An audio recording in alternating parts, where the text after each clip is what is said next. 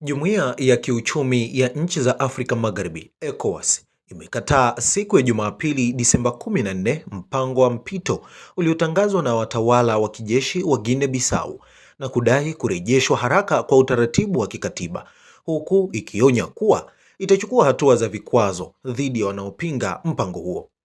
Maafisa wa jeshi nchini Guinea Bissau, wakijiita amri kuu ya jeshi, walimpindua Rais Umaro Sissoco Embalo mnamo Novemba 26 na kumteua Meja Jenerali Walter Inter kuwa rais wa mpito siku inayofuata. Msimamo huo ulithibitishwa katika mji mkuu wa Nigeria, Abuja, ambako wakuu wa nchi na serikali walikutana katika mkutano wa 68 wa ECOWAS, huku kukiwa na wasiwasi unaoongezeka kuhusu ukosefu wa usalama, shinikizo la kiuchumi na hali ya kutotengamaa kwa kisiasa katika eneo hilo.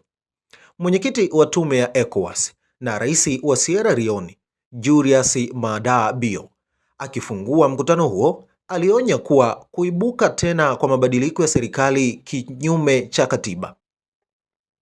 Mwenyekiti wa tume ya ECOWAS na rais wa Sierra Leone, Julius Maada Bio, akifungua mkutano huo, alionya kuwa kuibuka tena kwa mabadiliko ya serikali kinyume cha katiba kunaendelea kuwa tishio kubwa kwa utulivu wa kikanda.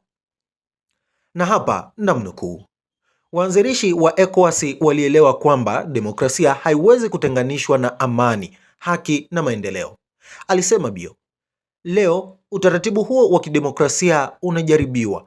Kuibuka tena kwa mabadiliko ya serikali kinyume cha katiba kunatishia utulivu wetu wa kikanda, kunadhoofisha haki za raia wetu na mustakabali wetu wa pamoja. Mwisho wa kunukuu.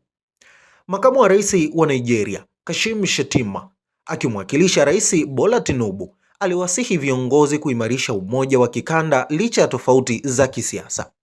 Na hapa namnukuu: Afrika Magharibi si mkusanyiko wa mipaka iliyochorwa kwa bahati nasibu. Ni familia iliyounganishwa na historia, utamaduni, mapambano na matarajio ya pamoja, alisema Shettima. Tunakosana, tunatofautiana mawazo na kujaribu uvumilivu wa kila mmoja, lakini kutokukubaliana hakufuti umoja wetu. Mwisho wa kumnukuu. ECOWAS pia imemwagiza mwenyekiti wake kuongoza ujumbe wa ngazi ya juu kwenda Guinea Bissau kwa ajili ya mazungumzo na viongozi wa kijeshi. Umoja huo umeonya kuwa iwapo utawala wa kijeshi utashindwa kutimiza matakwa yake, vikwazo vitachukuliwa dhidi ya watu binafsi au makundi yanayozuia mchakato wa mpito, huku ikihuimiza Umoja wa Afrika na washirika wa kimataifa kuunga mkono juhudi hizo. ECOWAS ilianzishwa mwaka 1975, ina nchi wanachama 15 na inalenga kukuza ujumuishaji wa kiuchumi, amani, utulivu wa kisiasa barani Afrika Magharibi. Kwa sasa, jumuiya hiyo inaendelea na mazungumzo na baadhi ya nchi zilizo chini ya utawala wa kijeshi na kujiondoa katika umoja huo, hali inayozidi kuongeza wasiwasi wa kikanda.